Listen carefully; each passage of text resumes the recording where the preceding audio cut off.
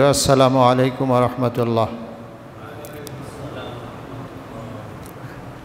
মহান আল্লাহ তার দরবারে অগণিত অসংখ্য শুকরিয়া, কৃতজ্ঞতা, যিনি আমাদেরকে সুস্থতার সাথে আজকে এই জুমার দিনে তার মেহমানখানা মসজিদে একত্রিত হওয়ার তৌফিক দিয়েছেন, সুস্থ রেখেছেন, এখানে আসার মানসিকতা তৈরি করে দিয়েছেন।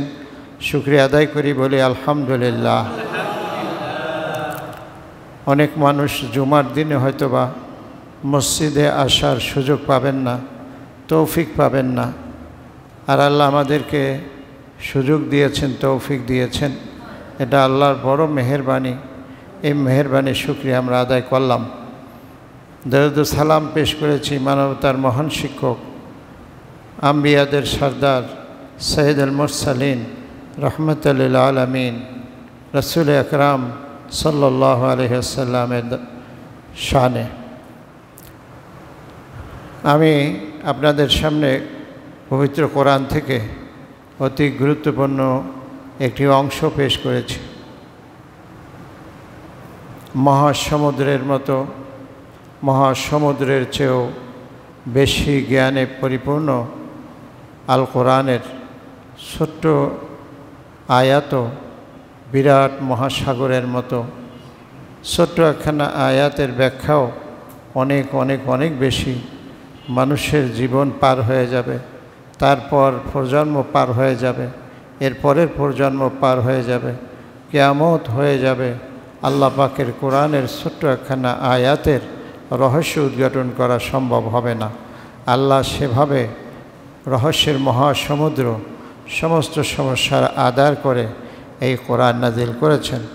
সে কোরআনে এই অংশে আল্লাহ পাক বলছেন, ওমা লাকুম লা তুকাতিলুনা, তোমাদের কি হলো? এই পৃথিবীর মানুষকে আল্লাহ উদ্দেশ্য করে বলছেন, ওমা লাকুম, তোমাদের কি হইছে? বলো তো তোমাদের হইল কি?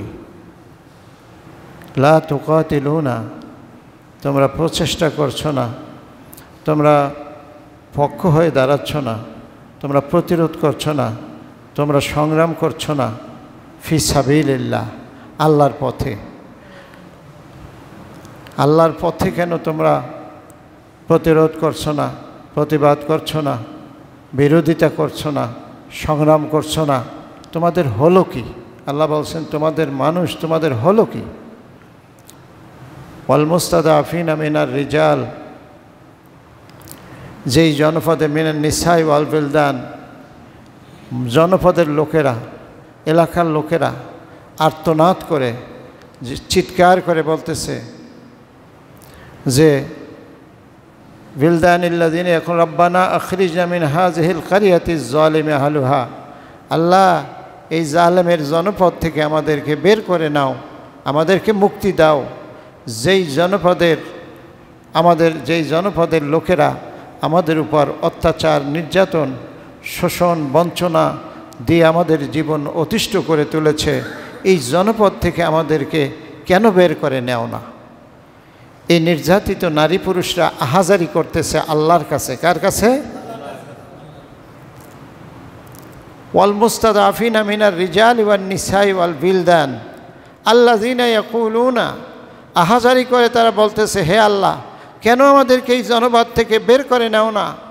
কষ্ট আর জ্বালা আর নির্যাতনের তারা অতি সাহায্যে সহ্য করতে না পারে আল্লাহর কাছে দরখাস্ত করছে, আল্লাহ বের করে নাও আমাদেরকে এই জনপদ থেকে, যেই জনপদের লোকেরা জুলুম দিয়ে আমাদের জীবনকে অতিষ্ঠ করে তুলেছে। আর কি করো? আর যদি তা বের করে না নেও, তাহলে অন্তত একটা কাজ করো। আল্লাহর কাছে বলতেছে, এই নির্যাতিত মজলুম বান্দারা, নারী পুরুষরা আল্লাহর কাছে দরখাস্ত করতেছে, যদি এই জনপদ থেকে আমাদেরকে তুমি বের না করে নাও, এই কষ্ট থেকে মুক্তি দেওয়ার জন্য অন্তত একটা কাজ করো। ওয়াজআল লানা মিন লাদুনকা ওয়ালিয়্যা, তোমার পক্ষ থেকে আমাদের জন্য অভিভাবক পাঠাও, তোমার পক্ষ থেকে আমাদের পক্ষ হয়ে কথা বলার মতো অভিভাবক পাঠাও। ওয়াজআল লানা মিন লাদুনকা ওয়ালিয়্যা ওয়াজআল লানা মিন লাদুনকা নাসীরা, তোমার পক্ষ থেকে আমাদেরকে সাহায্য করবে এমন লোক পাঠাও। বলেন সুবহানাল্লাহ। আল্লাহ পাকের কাছে কষ্টে নির্যাতিত মজলুম মানুষ, নরপুরুষের, নারী পুরুষের এই আহাজারি মাঝে মাঝে পৃথিবীর কোনো জনপদের লোকেরা ফরিয়াদ করে আল্লাহকে জানায়। তারা কি জানায়? আমাদেরকে এই দেশ থেকে, আমাদের এই জনপদ থেকে, আমাদের এই লোকালয় থেকে কষ্টে পড়ে বলে, আর সহ্য করতে না পারে বলে যে আমাদেরকে এখান থেকে বের করে নিয়ে যাও মাওলা। কতটুকুন কষ্ট পেলে, কতটুকুন নির্যাতিত হলে, কতটা জুলুমের শিকার হলে একটা এলাকার লোকেরা বলতে পারো যে আল্লাহ এলাকা থেকে আমাদেরকে মুক্তি দাও। কি পরিমাণ জুলুমের শিকার হলে এইটা আল্লাহর কাছে মানুষ ফরিয়াদ করে। যুগের পর যুগ এইরকম একটা জনপদের লোকেরা আল্লাহর কাছে ফরিয়াদ করে আসছে। ফরিয়াদ দুইটা আল্লাহর কাছে। এই মজলুম লোকদের, নারী পুরুষদের ফরিয়াদ কয়টা? এটা কোরআনের আয়াত থেকে বলতেছি আমি। একটা ফরিয়াদ হলো, আর এখানে আমরা থাকতে পারতেছি না, আর টিকতে পারতেছি না, আর আমাদের সহ্য হয় না। আমাদের শিশু, আমাদের স্ত্রী, আমাদের মহিলারে তাদের এই অত্যাচার নির্যাতন, আমাদের উপর অবর্ণনীয় অত্যাচার নির্যাতন আর আমরা সহ্য করতে পারতেছি না। আল্লাহ, তুমি আমাদেরকে এখান থেকে বের করে নাও। আসলে নিজের জন্মভূমি কেউ ছাড়তে চায় না, চায়? আল্লাহর নবী মক্কায় যিনি লালিত পালিত হয়েছেন, তার শৈশব কৈশোর কেটেছে যেই ভূমিতে, সেই ভূমি থেকে যখন মক্কা থেকে মদিনায় হিজরত করে, তখনও আল্লাহর নবী এই নিজের জন্মভূমির জন্য কাবাঘরের গেলাপ ধরে কেঁদেছিলেন যে আল্লাহ, এই কাবা, তুমি সাক্ষী, আমি আমার এই পিতামাতার, আমার আপনজনদের এই আবাসভূমি, এই মক্কা ভূমি, এই তীর্থভূমি, এই কাবার ভূমি আমি ছাড়তে চাইনি। হে কাবা, তুমি সাক্ষী থাকো, তোমার সন্তানরা, এই মক্কার জনসাধারণই আমাকে বের করে দিয়েছে। আমাকে, তার মানে জন্মভূমির জন্য মায়া এবং মমতা নবীদের মধ্যেও ছিল। এই জন্যই তো আল্লাহ নবী বলেছেন হুব্বুদ দুনিয়া, আল্লাহ নবী বলেছেন হুব্বুল বিলাদ, হুব্বুল বিলাদ অর্থাৎ জন্মভূমির ভালোবাসা, এটা হচ্ছে মানুষের স্বভাবপ্রসূত। জন্মভূমির ভালোবাসা এটা হলো রাসূলের সুন্নাহ, এটা সুন্নাতে রাসূল, যার জন্য আল্লাহ নবী নিজে মক্কা ছাড়ার সময় মক্কার জন্য কেঁদেছেন আর মদিনার দিকে গিয়েছেন। জন্মভূমির জন্য মায়া মমতা মানুষের স্বাভাবিক, এটা আল্লাহর দেওয়া সৃষ্টি। আপনি দেশে বিদেশে যেখানেই আমরা থাকি, ইউরোপ, আমেরিকায়, আমার জনপদের, আমার বাড়ির, আমার গ্রামের, এমনকি আমার দেশের একটা লোক, আমার জেলার একটা লোক পাইলে অনেক দিন পর মনে হয় যেন 7 রাজার ধন পেয়েছে। কি বলেন? যারা প্রবাসে থাকে, দূরে থাকে, তারা এটা বুঝবে, যারা বাড়িতে থাকে তারা এটা বুঝবে না। জন্মভূমির কি মায়া যারা বিদেশে থাকে তারা বলতে পারে। এরা দেশের একজন মানুষ পাইলে তারে অন্তরে টেনে নেয়, তাকে হৃদয় দিয়ে ভালোবাসে, বাড়ির খোঁজ খবর নেয়, আমার এলাকার মানুষ কেমন আছে, অমুক বাড়ির মানুষ কেমন আছে। এই জন্মভূমির ছোটোবেলার স্মৃতিগুলি তার মনে পড়ে যায়। প্রত্যেকটা মানুষেরই এরকম জন্মভূমির প্রতি স্মৃতি আছে, আর এই স্মৃতির কারণে মানুষরা জন্মভূমিকে ভুলতে পারে না। নবীরাও এর থেকে আলাদা না, নবীদের জন্মভূমির জন্য তাদেরও অন্তর কাঁদে, যার জন্য নবী এই মক্কা ছাড়ার সময় কাবাকে এভাবেই বলেছিলেন যে কাবা, আমি আমার এই জন্মভূমিকে খুব ভালোবাসি, আমি কেউ এতে ছাড়তে চাই নাই, তোমার জনপদের লোকেরাই আমাকে এখান থেকে জোর করে বের করে দিয়েছে। তাহলে নিজের জন্মভূমির প্রতি মায়া মমতা মর্যাদা সকল মানুষেরই আছে। যেই মাত্র মানুষ যেই লালিত পালিত হয়েছে এই মাটির উপরে কোনো স্থানে, সেইটাই তার জন্মভূমি। যেখানে তার মায়ের ডাক শুনেছে, যেখানে বাবার স্নেহ পেয়ে সে লালিত পালিত হয়েছে, যেই ভূমির স্মৃতি তার জীবন মৃত্যুর আগ পর্যন্ত মনে থাকে, সেইটাই তার জন্মভূমি, সেইটাই তার মাতৃভূমি। বাংলাদেশ আমাদের প্রিয় জন্মভূমি, আমাদের মাতৃভূমি। এর প্রতি আমাদেরও ভালোবাসা আছে নাকি নাই? ইন্ডিয়ান যারা আছেন, ইন্ডিয়া, ভারত হচ্ছে তাদের জন্মভূমি। ইন্ডিয়ার জন্য ইন্ডিয়ার লোকদের ভালোবাসা আছে কি নাই? পাকিস্তান, চায়না, জাপান, ইউরোপের সকল দেশ, আমেরিকা, প্রত্যেক জনপদের, প্রতিটি দেশের জনগণ, পাবলিক, নারী হোক পুরুষ হোক, তার জন্মভূমির জন্য নিঃসন্দেহে মায়া আছে। এটা একবারে জন্মগতভাবে আল্লাহর দেয়া একটা নিয়ামত, আল্লাহর দেওয়া একটা, এটা জাতি ধর্ম বর্ণ নির্বিশেষে সব মানুষের মধ্যে থাকে। জন্মভূমি কেউ ছাড়তে চায় না।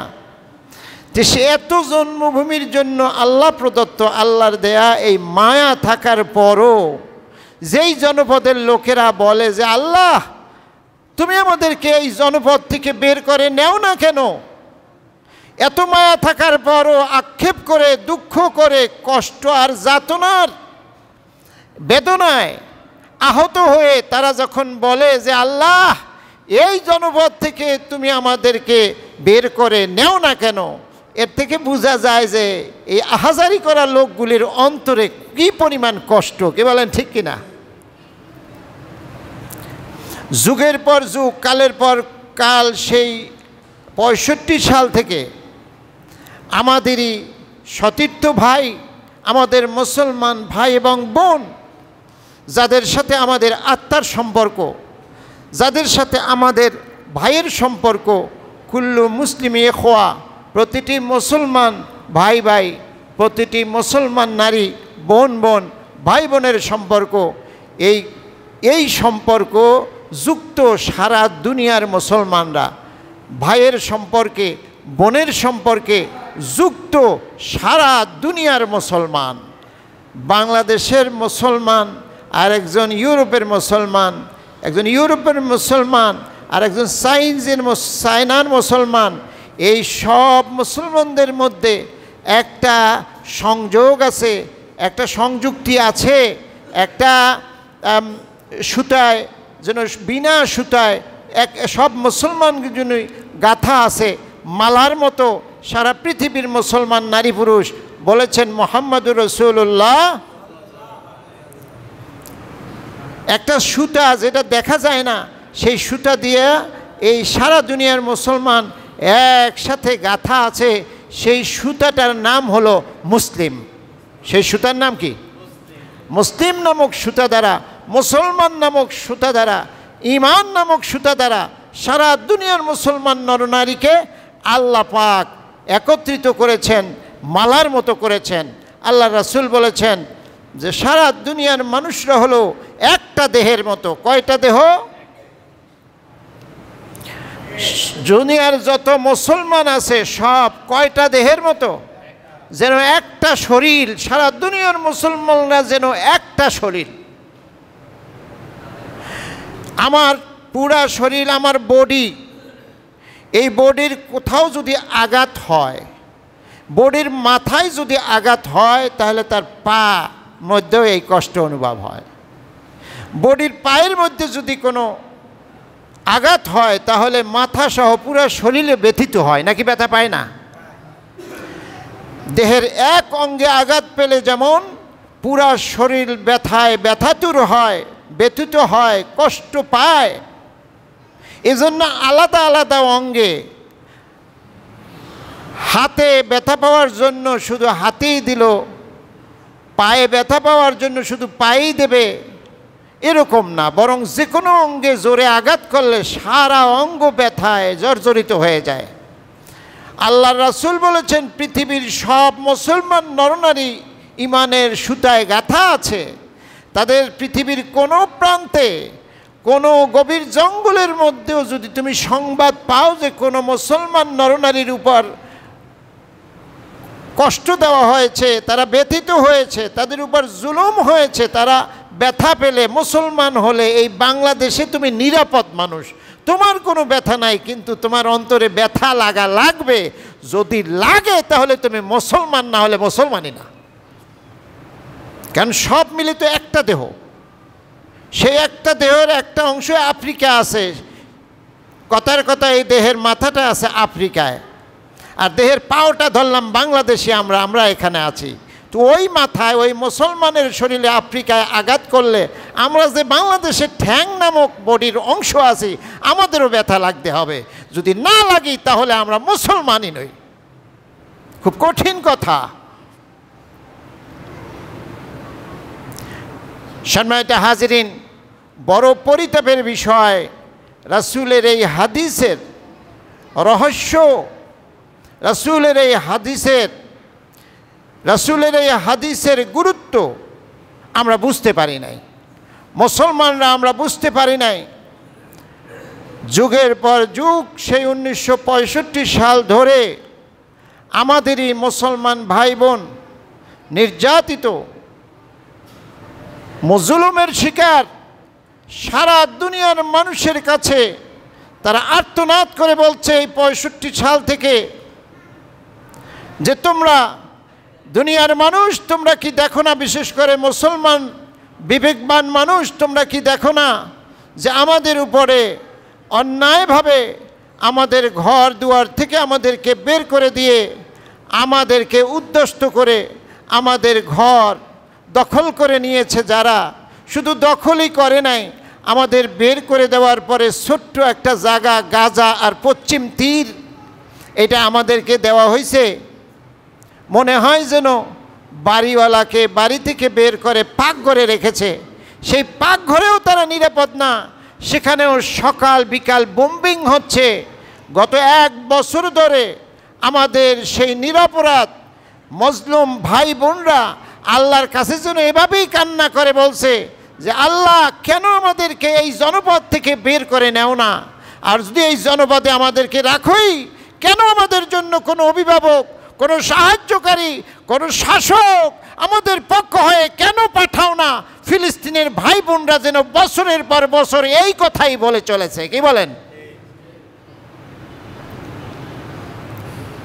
কিন্তু প্রায় 200 কোটি মুসলমান, সংখ্যায় প্রায় 200 কোটি মুসলমান পৃথিবীতে থাকার পরও তাদের এই মজলুমদের, এই ব্যথায় ব্যথাতুর লোকদের, আমাদের এই মুসলমান ভাই বোনদের এই ডাক যুগের পর যুগ আমরা আমাদের কর্ণকুহরে কানের ভিতরে নিচ্ছি না, আমরা এটা সব সময় এড়িয়ে চলছি।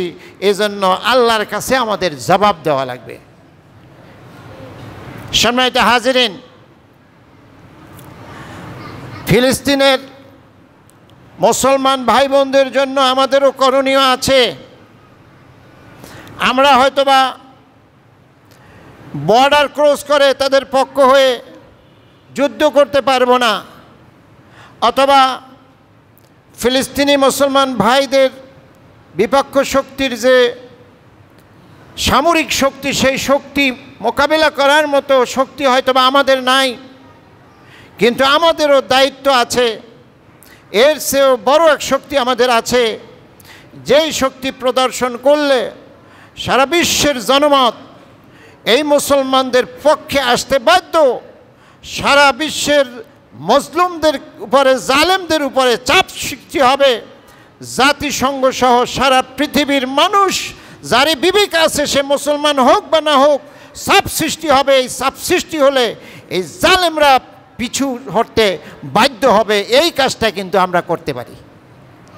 সারা পৃথিবীর জনমতকে আমরা এমনভাবে পৃথিবীর সামনে তুলে ধরব, আমাদের মতামতকে ঐক্যবদ্ধভাবে আমরা এমনভাবে সারা পৃথিবীর সামনে প্রদর্শন করব যে জাতিসংঘ সহ সারা পৃথিবীর বিবেকবান জাতিগুলো আমাদের এই দাবির পক্ষে আসতে বাধ্য হবে, বাধ্য হবে, বাধ্য হবে। এই কাজটা আমরা করতে পারি। এই কাজ করা আমাদের পক্ষে সম্ভব। কি বলেন, সম্ভব কি না? কিভাবে সম্ভব সেটা আমি আপনাদেরকে বলি।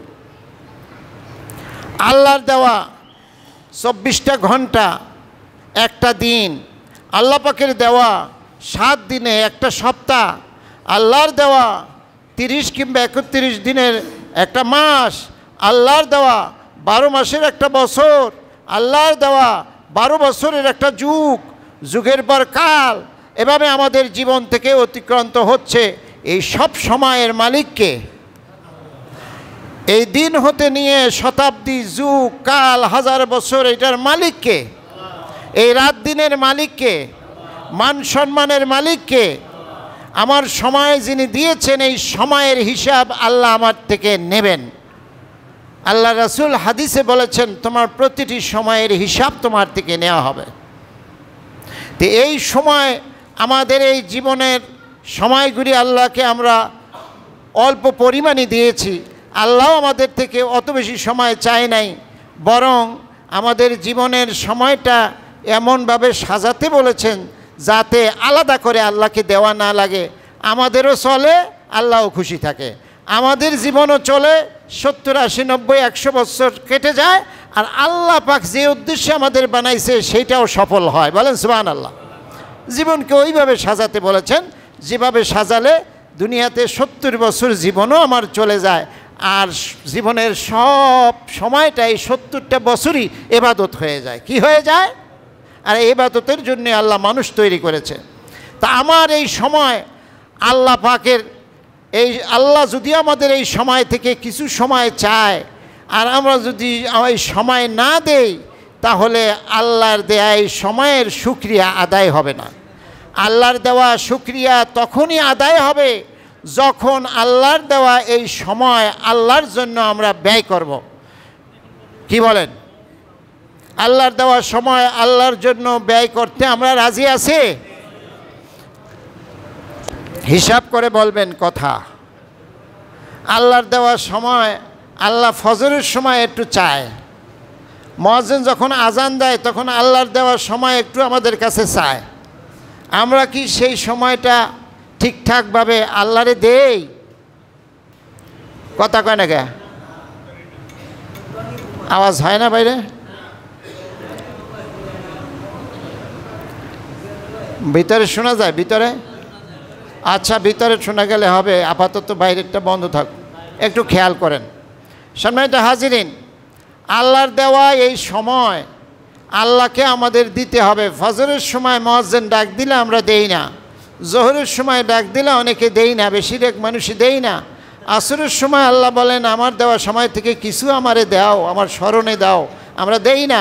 মাগরিব আসলে মাগরিবে দেই না, এশার সময় দেই না। আরও গুরুত্বপূর্ণ কাজে আমরা সময় আল্লাহ চায়, কিন্তু আমরা দেই না। আল্লাহ পাকের, আল্লাহ তো বান্দার কোনো না কোনো সময়কে উপলক্ষ করে, ওসিলা করে, জীবনের কোনো একটা অংশকে ওসিলা করে তিনি আমাদেরকে মাফ করে দিতে চান। তিনি আমাদের, আল্লাহ পাকের অভিপ্রায় এটা নয় যে তিনি আমাদেরকে জাহান্নামে পাঠাবেন।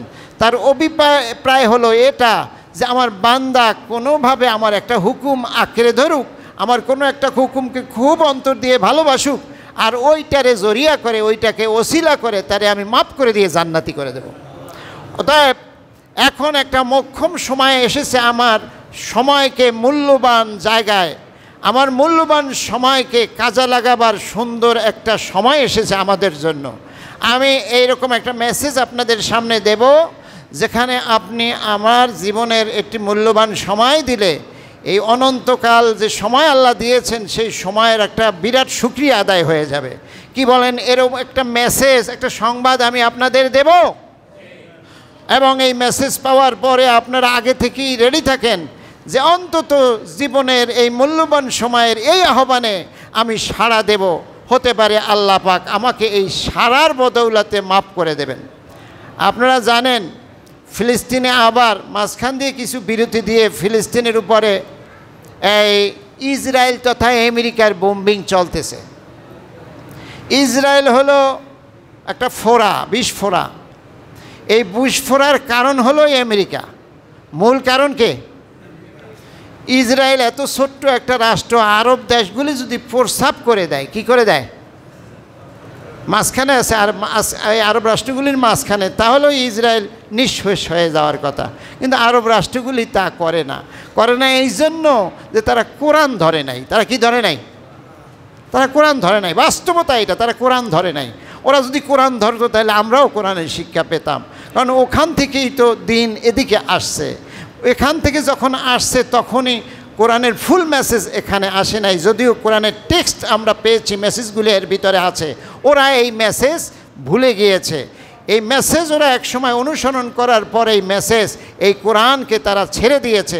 ছেড়ে দেওয়ার কারণে তারা তাদের মদামত্ততা, তাদের আরাম আয়েশ, তাদের ক্ষমতা ধরে রাখার জন্য পশ্চিমা বাবাদের পায়ের উপর পড়ে থাকে। পশ্চিমা বাবাদের পায়ের উপর পড়ে থাকার কারণে কখনো তারা সত্যকে সত্য বলতে, যদি ক্ষমতা চলে যায়, যদি ক্ষমতা চলে যায়, কারণ যাই হোক না কেন, ঈমান যেহেতু আমাদের আছে, হাজার মাইল দূরে থাকলেও কিয়ামতের দিন আমাদের কিন্তু আল্লাহ প্রশ্ন করবে।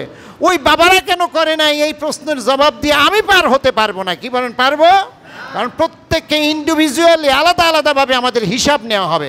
আমার যদ্দূর করণীয় আমি অতটুকুন করেছি কিনা, ওই বাবাদের দলিল আমার পক্ষে কিয়ামতের দিন খাটবে না। বিদায় আমার কিছু করণীয় আছে না নাই? আগামীকাল 12ই এপ্রিল, আগামীকাল 12ই এপ্রিল এই দেশের আলেম ওলামা, তাওহিদি জনতা নির্বিশেষে, বাংলাদেশের ক্রেস, যুবকদের আইডল, এরকম অনেক আলেম, অনেক নেতৃস্থানীয় ওলামায়ে কেরাম, ব্যক্তিবর্গ, তারা ডাক দিয়েছেন ফিলিস্তিনের এই জুলুমের বিরুদ্ধে আমরা আমাদের মুখ দিয়ে, আমাদের কথা দিয়ে, আমাদের অঙ্গভঙ্গি দিয়ে, আমাদের উপস্থিতি দিয়ে, মিছিলে অংশগ্রহণ করে, সমাবেশে অংশগ্রহণ করে আমরা যে ক্ষুব্ধ, আমরা আমাদের ভাইদেরকে যে ভালোবাসি, এই ইসরায়েল এবং এই আমেরিকার এই জুলুম আমরা যে যুগ যুগ ধরে পছন্দ করছি না, এটা তুলে ধরতে হবে সকলকে। ওই আপনার এই শাহবাগের এবং ওই এলাকাতে, প্রেস ক্লাব এলাকা থেকে একেবারে শাহবাগ এলাকা পর্যন্ত এই যে মানুষের লোকারণ্য হবে, এই প্রতিবাদ জানাবার জন্য যে আমরা ফিলিস্তিনিদের বিরুদ্ধে এই যে অন্যায়, এই যে জুলুম, এটার তীব্র প্রতিবাদ জানাচ্ছি। আমার অঙ্গভঙ্গি দিয়ে, আমার উপস্থিতি দিয়ে, আমার মুখ দিয়ে, স্লোগান দিয়ে, আল্লাহর জন্য, আল্লাহর এই সময়টা আমার ভাইদের পক্ষে আমরা কাজে লাগাতে রাজি আছি ইনশাআল্লাহ। আমরা আল্লাহর দেওয়া সময় থেকে সময় কোরবানি করে কিছু সময় বিকাল 3টায় আমরা সেখানে উপস্থিত হব ইনশাআল্লাহ। পাক হতে পারে আমাদের যেই সময়, মূল্যবান সময় আল্লাহ চাইছিলেন দিতে পারে নাই, আমার ভাইদের পক্ষে দাঁড়াবার জন্য, মজলুমদের পক্ষে দাঁড়াবার জন্য আমার সামর্থ্য, আমার যদ্দূর শক্তি আছে, এই শক্তির আলোকে ওখানে উপস্থিত হওয়ার কারণে আল্লাহ আমার জীবনের যেই সময়গুলির শুকরিয়া আমি করতে পারি না, এই ওসিলায় এর শুকরিয়া আদায় হয়ে যাবে। আল্লাহ আমাকে মাফ করে দিতে পারেন ইনশাআল্লাহ। আমি শেষ পর্যন্ত সেই আয়াতটা দ্বিতীয়বার আপনাদেরকে তর্জমার সময় আল্লাহ পাক বলেছেন, প্রথমেই আমি বলেছি ওমা লাকুম লা তুকাতিলুনা ফি সাবিলিল্লাহ, হে দুনিয়ার মানুষ, তোমাদের কি হলো? তোমরা অত্যাচারিত, নির্যাতিত, মজলুম মানুষ, নরপুরুষের, নারী পুরুষের পক্ষে কেন দাঁড়াও না? তাদের পক্ষ হয়ে কেন স্লোগান দাও না? তাদের পক্ষ হয়ে কেন কথা বলো না? তাদের পক্ষ হয়ে কেন যুক্তি উপস্থাপন করো না? তোমাদের কি হলো? হে ইমানদারা, হে দুনিয়ার মানুষরা, হে বিবেকবানরা, তোমাদের বিবেক কি মরে গেছে? আল্লাহ পাক কোরআনে বলছে, বলেন সুবহানাল্লাহ। ওয়াল মুস্তাদাফিনা মিনার রিজালি ওয়ান নিসাই ওয়াল বিলদান, ওই নির্যাতিত জনপদের মজলুম নারী পুরুষরা ডাক দিয়ে বলে, আল্লাহ এই জনপদে আমরা আর টিকতে পারতেছি না, আমাদেরকে এখান থেকে বের করে নাও, এই কষ্ট আর সহ্য হয় না। এভাবে তারা ডাক দিয়ে যাচ্ছে, শেষ পর্যন্ত আবেদন করছে, আল্লাহ এখান থেকে যদি বের করে নাও দাও, অন্তত আমাদের পক্ষে কোনো অভিভাবক, কোনো নেতা আমাদের পক্ষ হয়ে কথা বলবে, এমন উপযুক্ত মানুষ আমাদের জন্য অভিভাবক তুমি তৈরি করে দাও। আল্লাহর কাছে আমরা দোয়া করি, তাই বিশ্বব্যাপী অসংখ্য 200 কোটি মুসলমানের ভিতর থেকে একজন মর্দে মুজাহিদকে আল্লাহ দাঁড়া করাক, যার কথা, যার কাজ, যার হুঙ্কার, যার যুক্তি, যার বুদ্ধির কাছে সারা পৃথিবী পরাস্ত হয়ে